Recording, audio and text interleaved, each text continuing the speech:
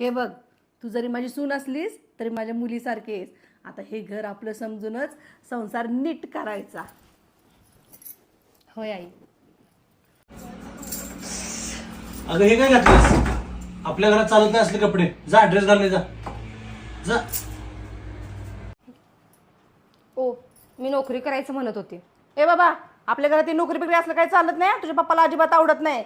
ए बाई, तू फक्त घर सांभाळ. ए, काय फिदी फिदी हसायला लागलेस ग? तुझ्या माहेरात चालत असलं असलं, आमच्या घरात चालत नाहीये. ए सुनबाई, बाद झाला नट्टापट्टा. पोरं यायची वेळ झाली, जरा जेवणा खाण्याचं बघा. ए सारिका, जरा पाणी आण ग प्यायला. हा आई.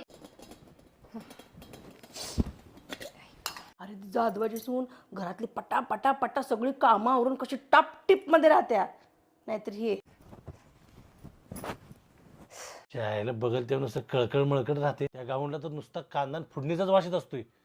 हिला बाहेर कुठे घेऊन जायचं म्हणलं तर नको वाटतंय. माझ्या घरची माझ्या पाठीमागं माझ्याबद्दल काय बोलतात मला चांगलंच माहिती आहे. पण दोष माझाच आहे.